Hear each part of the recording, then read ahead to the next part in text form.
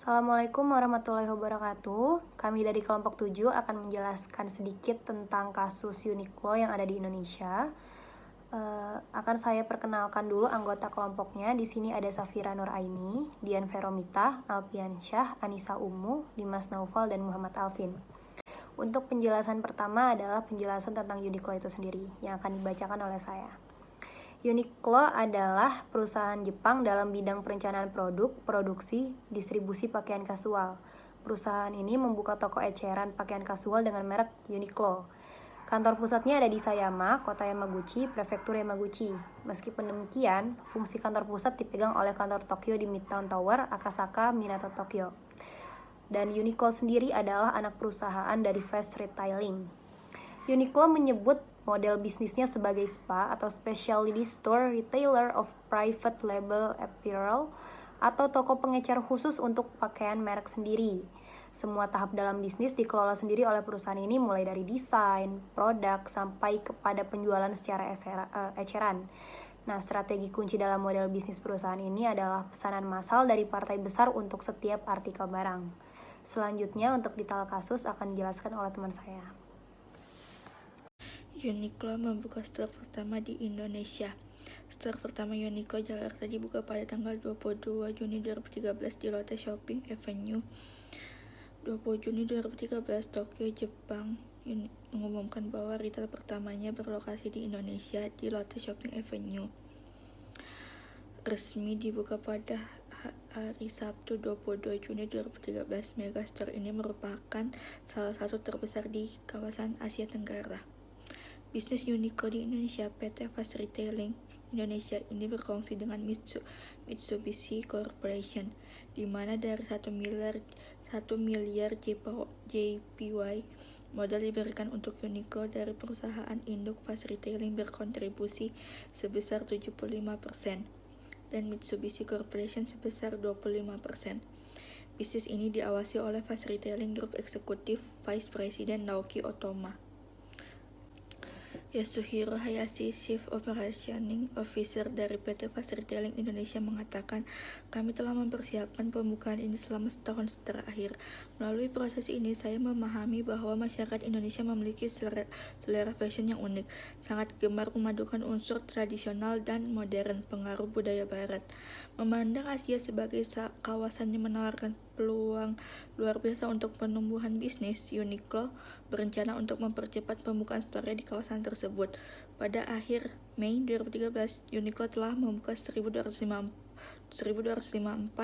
dan di 13 pasar dunia, termasuk 23 toko di 4 negara Asia Tenggara.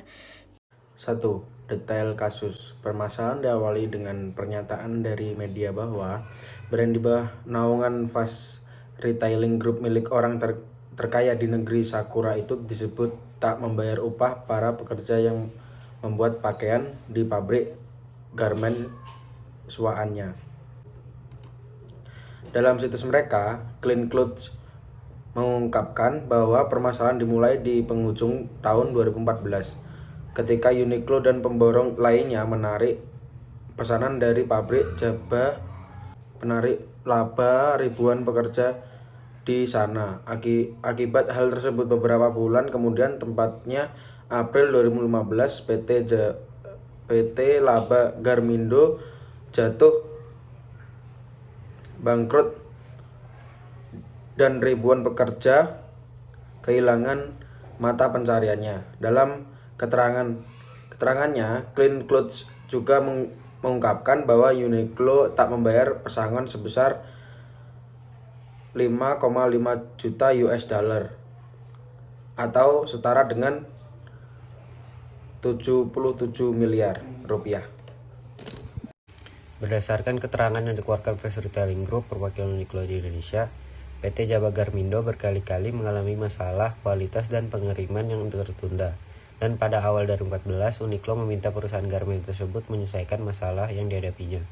Akibat pihak PT Jaba Garmindo yang tidak kunjung membenahi masalah produksinya, pada Oktober 2014, Fast Retailing sebagai perwakilan Uniqlo di Indonesia pun memutus hubungan bisnis dengan PT Jaba Garmindo.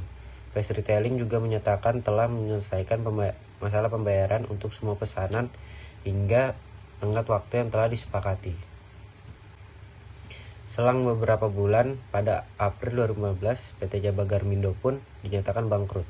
Setelah bangkrut, beberapa LSM internasional turut melobi Uniqlo agar bersedia memberikan kompensasi finansial kepada mantan karyawan PT Jaba Garmindo. Dalam keterangannya, Fast Retailing sebagai perwakilan Uniqlo di Indonesia pun berujar tidak memiliki kewajiban hukum yang berkaitan dengan hal tersebut, termasuk tanggung jawab untuk memberikan kompensasi finansial kepada mantan karyawan PT Jaba Garmindo. Pihak Fast Retailing telah melakukan perbincangan dengan para pemangku kepentingan di industri terkait mengenai metode yang dapat melindungi hak-hak para pekerja industri fashion. Saya akan membacakan tentang penyelesaian kasus. Yang pertama, pernyataan resmi 1. Fast Retailing menyatakan tidak dapat lagi mempertahankan hubungan bisnis yang didasari oleh kepercayaan dan kemampuan PT Jaba Garmindo, yang merupakan faktor penting untuk memenuhi harapan pelanggan di seluruh dunia. Didasari hal tersebut, Fast Retailing memutuskan untuk tidak melanjutkan hubungan bisnis dengan PT Jaba Garmindo dan keluar dari hubungan kerja pada bulan Oktober 2014 dengan menyelesaikan pembayaran untuk semua pesanan pada saat itu secara tepat waktu. Fast Retailing tidak memiliki kewajiban hukum terkait hal ini, termasuk tanggung jawab untuk memberikan kompensasi finansial kepada mantan pekerja PT Jaba Garmindo. Meskipun Fast Retailing tidak memiliki kewajiban hukum, tetapi Fast Retailing berempati dengan para pekerja yang terkena dampak dari PT Jaba Garmindo. Oleh karena itu, perusahaan telah menawarkan untuk bekerja dengan pihak-pihak terkait untuk dapat memfasilitasi kembali lapangan pekerjaan bagi pekerja yang masih menganggur.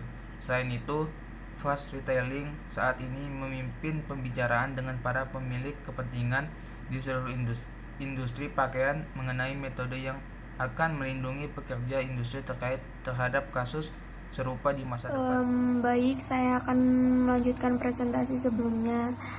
Pernyataan resmi 2. Informasi terbaru mengenai pertemuan di Indonesia dengan perwakilan serikat pekerja dari PT Jaba Garmindo. Fast Retailing telah bertemu langsung dengan perwakilan serikat pekerja dari Jaba Garmindo di Jakarta, Indonesia pada bulan Juli 2017 dan pada bulan November 2018 di hadapan mediator independen berdasarkan kesepakatan bersama untuk menjaga keberhasilan isi dari hasil pertemuan. Rincian lebih lanjut tidak dapat dibagikan saat ini. Sekian presentasi dari kelompok 7. Bila ada salah atau kekurangan, mohon maaf. Terima kasih.